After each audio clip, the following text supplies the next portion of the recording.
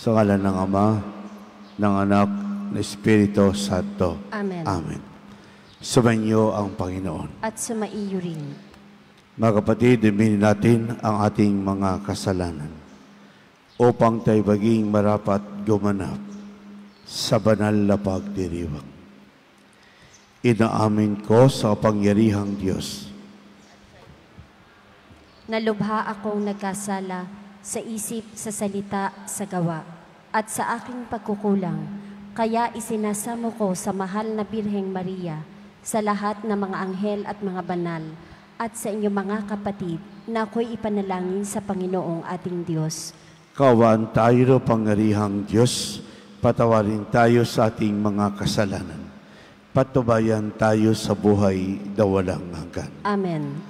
Panginoon, kaawaan mo kami. Panginoon, kaawaan mo kami. Kristo, kaawaan mo kami. Kristo, kaawaan mo kami. Panginoon, kaawaan mo kami. Panginoon, kaawaan mo kami. Manalangin tayo. Ama naming makapangyarihan, ipagalan mong lagi naming maranasan ang pamumuga ng aming ginagampanan. Ngayong Pasko ng pagkabuhay, ang iyong ibinigay upang aming ipagdiwang.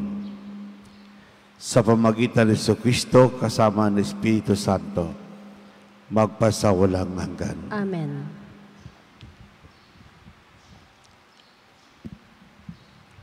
Pagbasa mula sa mga gawa ng mga apostol.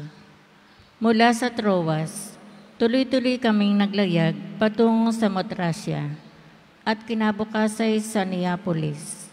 Mula roon nagtungo kami sa Pilipos, isang kolonyang Romano at pangunahing lungsod sa dakong iyon ng Macedonia.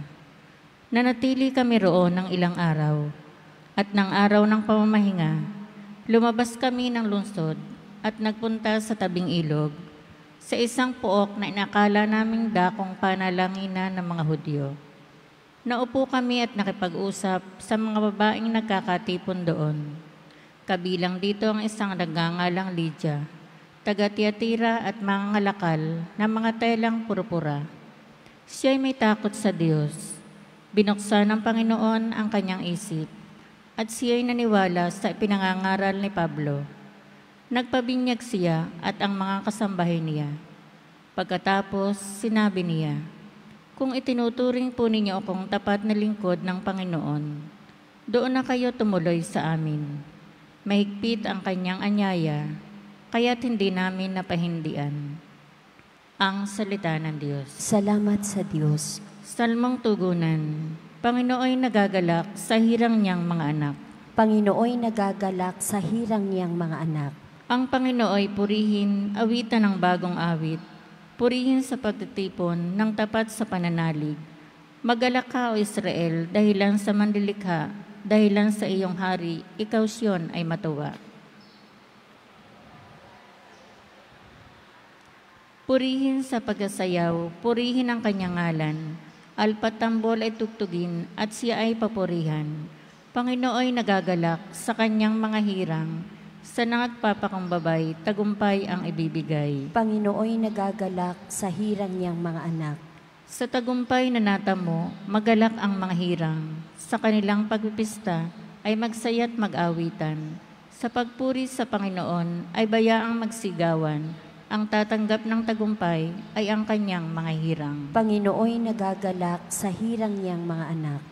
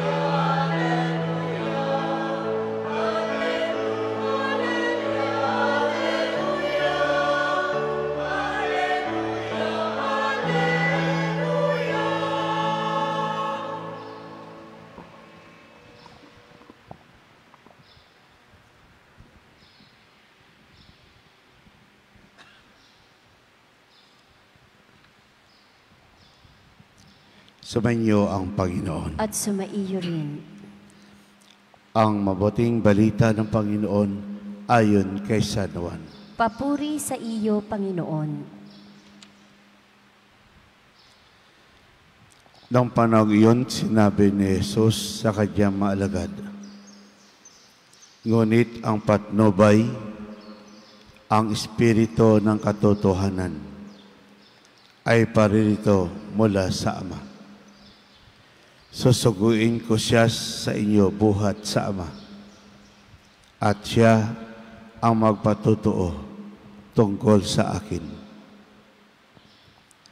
At magpatutuo rin kayo tungkol sa akin, sapagkat sa pasimula pa'y kasama ko na kayo.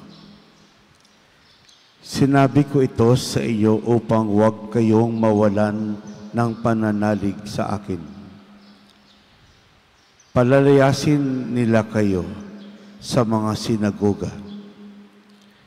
Darating ang panahon nang sinumang pumatay sa inyo ay mag-aakalang naglilingkod siya sa Diyos.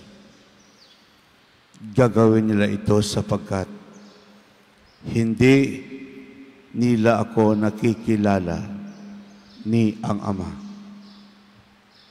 Ito'y sinasabi ko sa inyo upang pagdating ng oras na gawin nila, maalala ninyong ipinagpapauna ko na ito sa inyo. Ang mabuting balita ng Panginoon. Pinupuri ka namin, Panginoong Heso Kristo. Magandang umaga po sa lahat.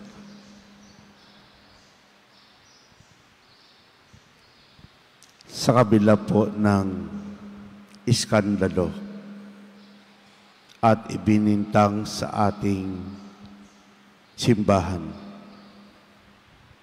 inuusig sa iba't ibang lugar,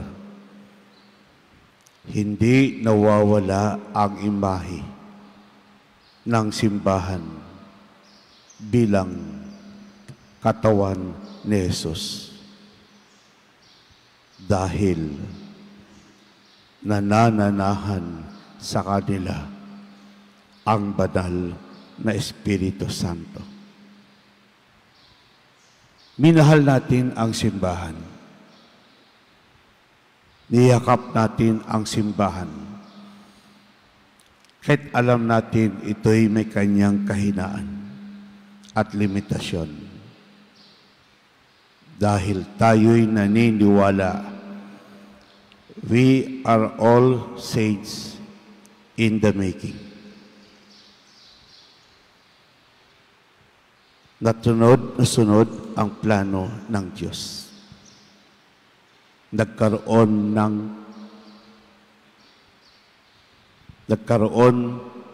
ng isang pangako na tinupad ng Diyos ang lahat na bagay. Ito'y nagpapatunay na iisa lang ang may akda nito. At ito'y walang iba kundi ang Diyos. Before, ang ating pong apostoles ay collection of individual. Iba't iba po ang pinanggalingan. Iba't iba po ang kanilang kultura. Iba't iba po yung kanilang vested interest. Sabi po ni Pedro, ano po ang makukuha ko kung ako'y susunod sa Diyos? Sabi po ng magulang ni James at ni John, puupuin niyo po sa iyong kanan at kaliwa ang aking mga anak. Dumating ang banal na Espiritu Santo. Pinagbuklod ang bawat isa. Pinagsama ang bawat isa. Pinag-isa ang bawat isa sa isang misyon. They become one body under the headship of Jesus Christ. Doon isinilang ang ating simbahan. Kasama lagi ni Jesus ang kanyang mga apostoles. Kasama lagi. Sa 3 taon na kanilang pagsasama, hindi pa rin nila lubos nakilala si Jesus. Daranasan nila yung kakulangan sa buhay. Mahina ang pundasyon ng pananampalataya. Hindi po subuko ang Diyos. Dahil nais ng Diyos, ituloy ang plano ng kanyang mga ginawa. At ito din ang nais ng ating Diyos Ama. Ituloy ang kanyang pangako sa bawat isa. Kaya po, dito nangyari yung isang bagay na kung saan nagkaroon ng tapang, sipag, nagkaroon ng isang magandang pangyayari, pag-uunawa, na makasama nila si Jesus sa muling hapunan matapos po siya muling nabuhay. Everything is changed. Binago ng Diyos yung kaisipan. Binago ng Diyos ang kanilang mga ugali. Nagkaroon ng paninindigan. Naging matapang harapin ang lahat ng pagsubok. Bumawi ang mga apostoles kay Jesus. At handa na silang mamatay, walang takot, dahil nasa kanila ang banal na Espiritu Santo. Our protector, our defender sa buhay ng bawat isa. Bago po sila tinawag ng Diyos, sila po'y takot, marami ang tumanggi at nahihirapan dahil takot mamatay. Nang dumating ang banal na Espiritu Santo, matapang nilang ipagtanggol ang isang katotohanan tungkol sa Diyos. Binigyan ng pagkakataon na makabangon ang simbahan at ang mga apostoles.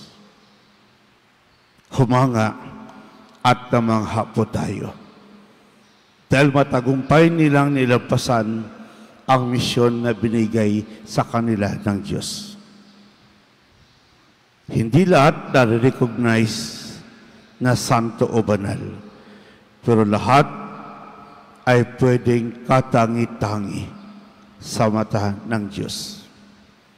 Dahil ang bawat isa ay gumawa ng kabutihan sa kapwa-tao. We are all empowered today. We realize the gift of that God bestowed through the Holy Spirit. Makapangyarihan ang banal na Espiritu Santo. Makapangyarihan. Maganda at makulay ang kwento ng mga apostoles nang kasakasama nila ang Diyos.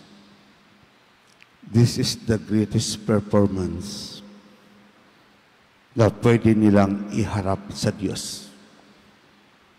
Ito yung kwento na ikukwento nila pagdating ng panahon. Nagduda, umiwas, iniwan si Jesus. Subalit, sa kanyang muling pagkabuhay, binago ng Diyos ang kanilang pagkatao. Binuo muli ng Diyos ang pagkatao ng bawat isa. Tulad ng mga apostoles, ito din po ang ating ikikwento pagdating natin sa langit.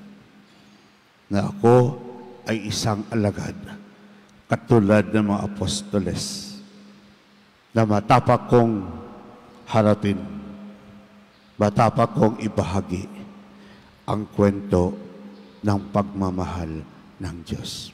Amen. Marami ay nagpatutuo sa kanilang pananampalataya sa pamagitan ng kanilang buhay. Dahil sa kanilang halimbawang nagdudulot ng inspirasyon sa atin. Tumawag tayo sa Diyos na ating Ama at sabihin natin sa Kanya, Panginoon, dinggin mo ang aming panalangin. Panginoon, dinggin mo ang aming panalangin.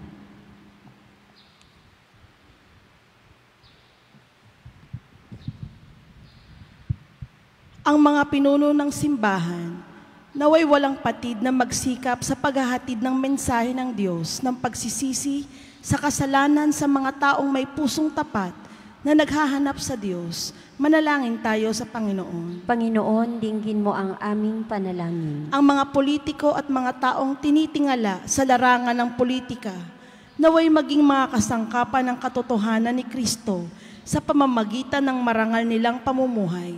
Manalangin tayo sa Panginoon. Panginoon, dinggin mo ang aming panalangin. Ang mga pagsubok na dinaranas natin araw-araw, naway hindi magpahina ng ating loob at sa halip ay magpalago ng ating pananampalataya.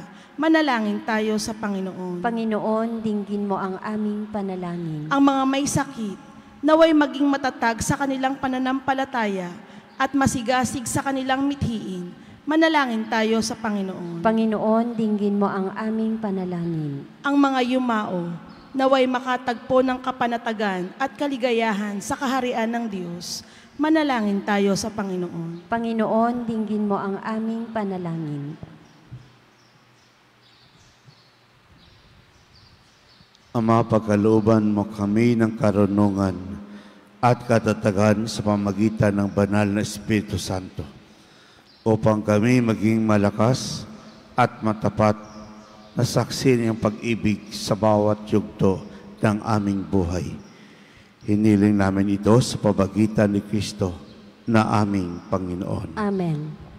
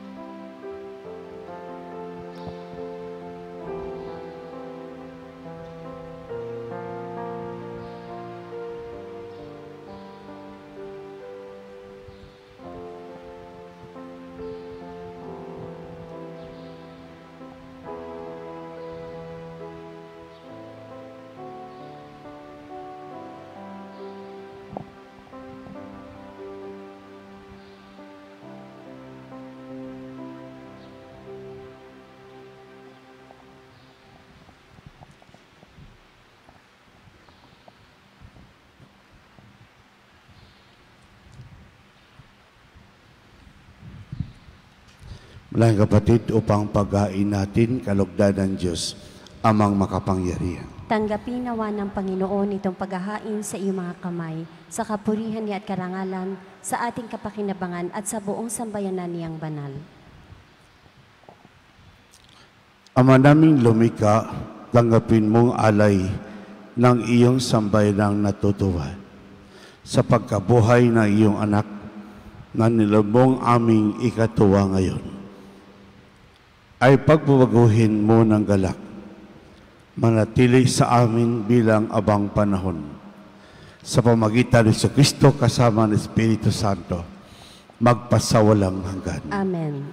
Sumainyo ang Panginoon. At sumaiyo rin. Itaas sa Diyos ang iyong puso at diwa. Itinaas na namin sa Panginoon. Pasalamatan natin ng Panginoong ating Diyos. Marapat na siya ay pasalamatan. Ama namin makapangyarihan, tunay marapat ikay aming pasalamatan sa pamagitan ni Kristo na aming Panginoon. Siya salitang katobat kapiling, nung lahat ng umiral ay iyong likain.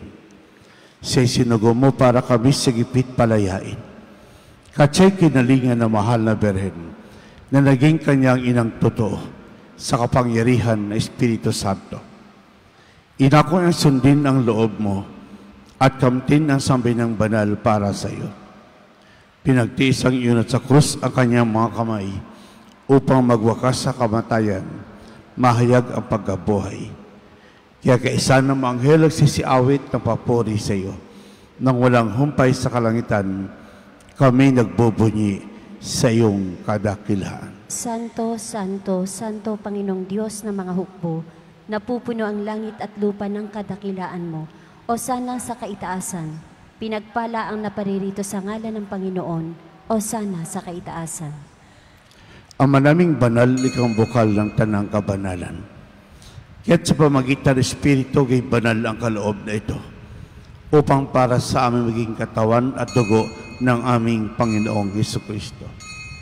Bago pinagtisang ko sa loob na maging handog, hinawakan niyang tinapay, pinasalamatan kaniya.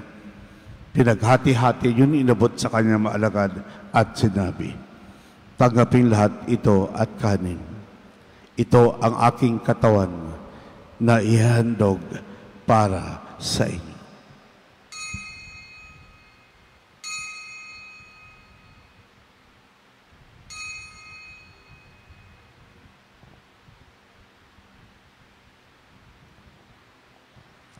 Yung naman matapos sa hapunan, hinawakan niya ang kalis, muli ka pinasalamatan.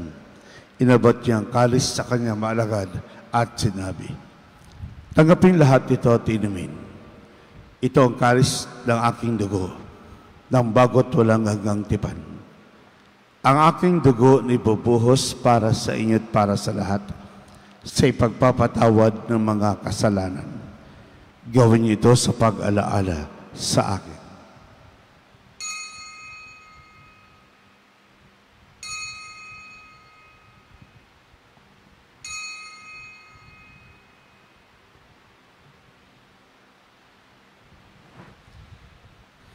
Ipagbunyi po natin ang misteryo ng pananampalataya. Si Kristo'y namatay, si Kristo'y nabuhay, si Kristo'y babalik sa wakas ng panahon. Ama, ginagawa namin ngayon pag-aalala sa pagkamatay at muling pagkabuhay na iyong anak. Kaya't inaalay namin sa iyo ang tinapay nagbibigay buhay at ang kalis nagkakaloob ng kaligtasan. Kami nagpapasalamat dahil kami iyong minarapat na tumayo sa harap mo para maglingkod sa iyo. Isinasama namin kami magsalo-salo sa katawan at dugo ni Kristo ay mabuklod sa pagkakaisa sa pamagitan ng Espiritu Santo. Ama, lingapin mo simbahang laganap sa buong daigdig. Puspusin mo kami sa pag-ibig ni Gilbert naming obispo at ng tanang kaparian. Alalahanin mo rin kapatid naming naimlay na pag-asang sila'y muling mabubuhay. Ganyan din lahat ng mga pumanaw. Kawaan mo sila patuloyin sa iyong kaliwanagan. Kawaan mo dapating kami lahat na makasalo sa buhay na walang wakas. Kaisa naman na Birheng Maria, Ina ng Diyos. Kaisa na mga apostol at lahat ng mga banal na namuhay dito sa daigdig ng kalugod-lugod sa iyo. May pagdiwang nawa namin ang pagpupuri sa ikararangal mo sa pamagitan ng iyong anak na aming Panginoong Jesucristo. Sa pamagitan ni Kristo, kasama niya sa Kanya, lahat ng parangal at papuri sa iyo. Diyos ang makapangyarihan, kasama ng Espiritu Santo, magpasawalang hanggan.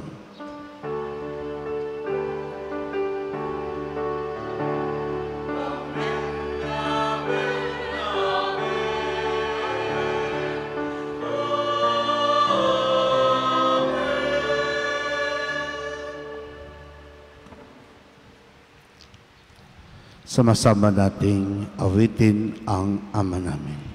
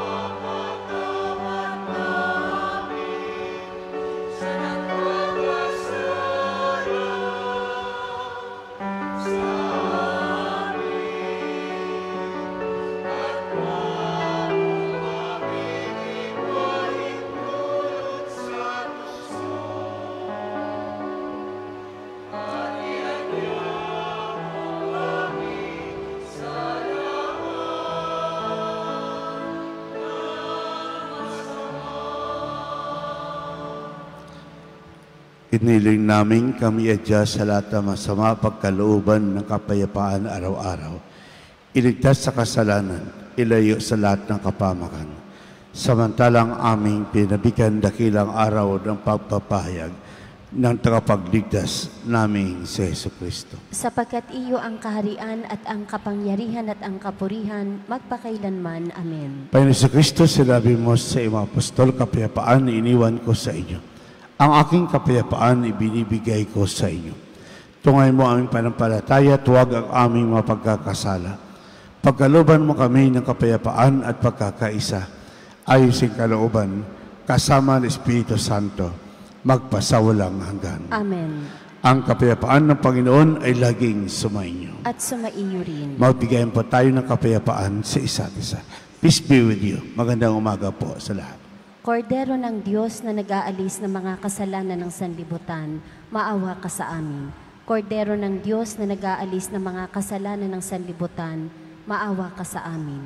Kordero ng Diyos na nag-aalis ng mga kasalanan ng sanlibutan, ipagkaloob mo sa amin ang kapayapaan. Ito ang kordero ng Diyos, ito nag-aalis ng mga kasalanan ng sanlibutan. Mapalad ang mga iniyahan sa kanyang piging. Panginoon, hindi ako karapat-dapat na magpatuloy sa iyo, ngunit sa isang salita mo lamang ay gagaling na ako.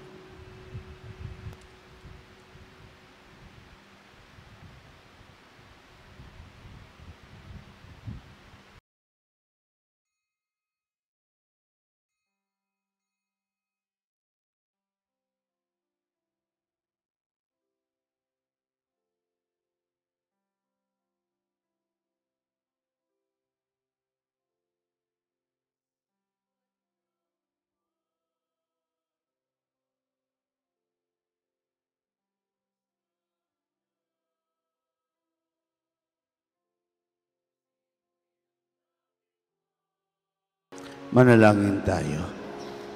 Ama naming mapagmahal, tungayin mo at lingapin ang iyong sambayanan na minarapat mong makinabang sa piging ng pagpanapakailanman. Ipagalubong kami maluwating makarating sa pagkabuhay na magtatampok sa amin sa iyong piling.